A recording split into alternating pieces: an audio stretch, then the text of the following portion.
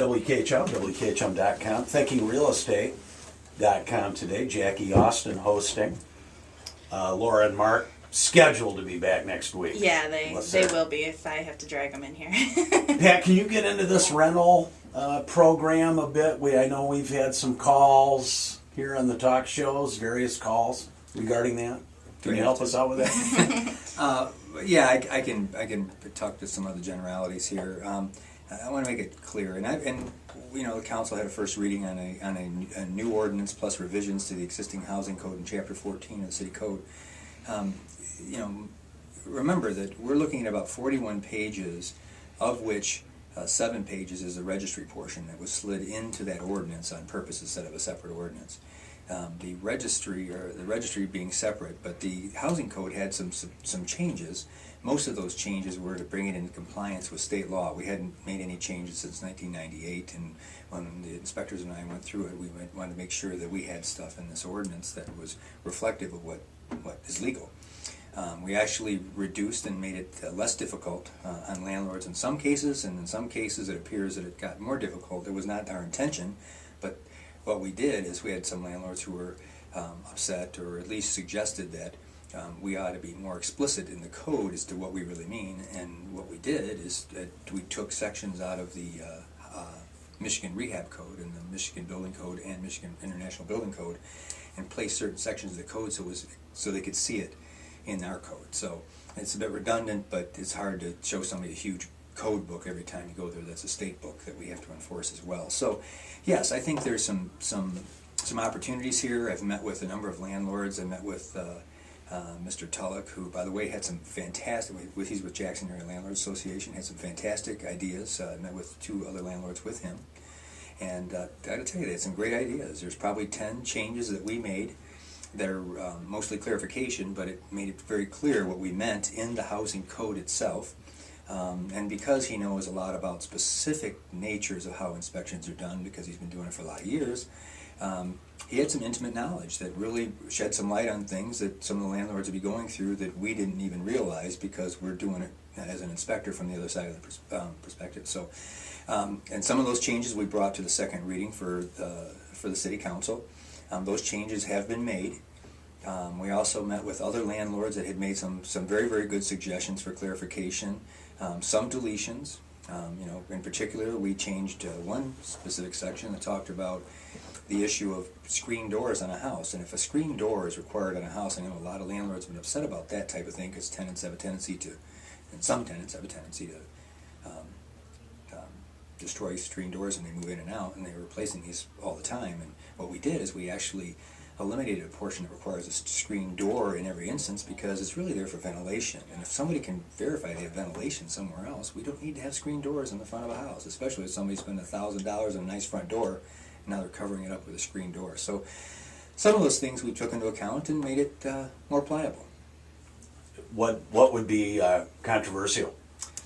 Well, I suspect the most controversy is that we now are inspecting about 7,000 or more units, but it's taking us 7 or 8 years to do it because we don't have the staff.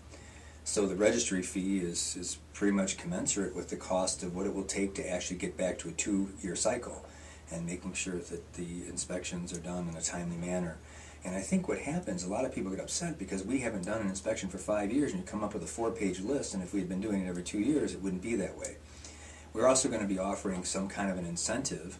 There's a 5-star landlord program I think we're going to start up, and there's also, if we find that investors are doing the right thing and they're investing in some high efficiency stuff and windows, that kind of thing, we're going to start looking at waiving some building permit fees in the future to try to encourage people, which will offset the cost of the registry. So I think there's some really positive things that will come out of this, and I want to thank the landlords for the ones that I've met with, and there are a lot of them so far, for some of the ideas they've come up with, because there's some pretty good ideas, and we're going to embrace those.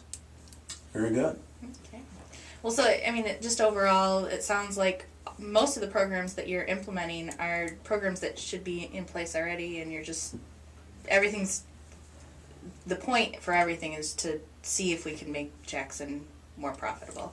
Yeah, and we know it'll hurt up front. It's not a question. We know that people are hurting, and that includes our investors. That includes the people who have invested in property for lease purposes, and we recognize that.